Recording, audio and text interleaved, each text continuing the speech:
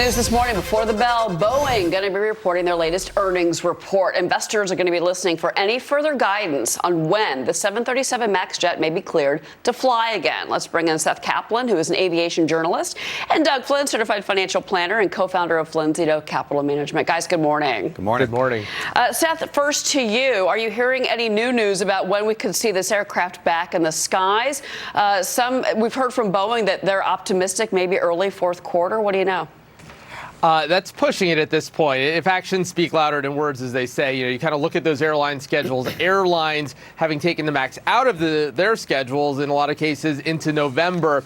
If anything, that's probably conservative because, look, these airlines don't want to take it out and then have to put it back in. So, yeah, perhaps in the sky earlier in the first quarter, but in terms of being in revenue service, carrying a lot of passengers, looking at probably close to the end of the year. All right, so Doug, we need to get some guidance from Boeing. Do you expect that today? Because so far, we don't have any forward-looking guidance for 2019. All we know is the $4.9 billion charge on the MAX. Exactly, and that's exactly what the market is going to be looking for. If they're in any way nebulous and not specific, the market is going to not treat the stock as well as it would if you had certainty. And we need specifics to what we were just talking about.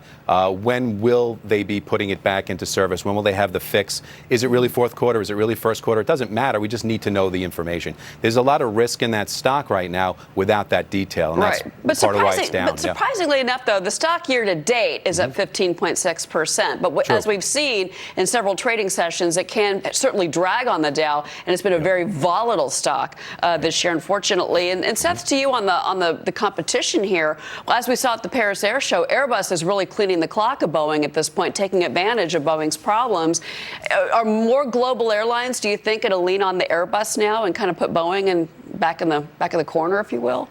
Look, most of the MAX customers are really rooting for this to work out with Boeing. These are airlines. If you take Southwest, let's say, as an extreme example, with 700 737s and nothing else in its fleet, it would be very costly for Southwest to all of a sudden introduce Airbus into its fleet. In terms of the kinds of pilots and mechanics and everybody else used to working on Boeing, all kinds of scale with Boeing. That's the case to varying degrees with a lot of customers here. But look, that doesn't mean that these airlines aren't going to at least use that as leverage with Boeing. Even Southwest made some comments within the past few months that basically there's no law that says they have to stick with Boeing.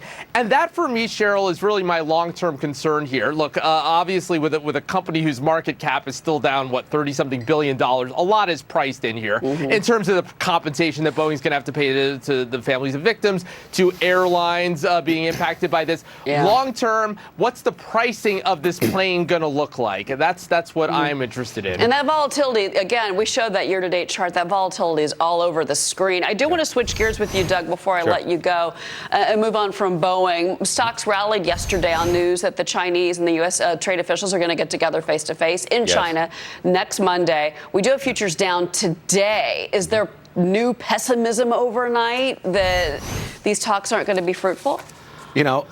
I keep looking at this as like, this is a waltz between us. It's not really like a dance-off competition, which everyone wants it to be, and who's going to win. So, we chose this partner. We've built them up. Now we've got to work it through. And the way this typically plays out is it comes out with President Trump will say that it's working out great, and then it'll settle down a little bit. It's all in the process of moving it forward. I don't think we're really going to get anything significant until next year, once we know who the opponent is and what the Chinese are going to have to deal with if President Trump doesn't get reelected.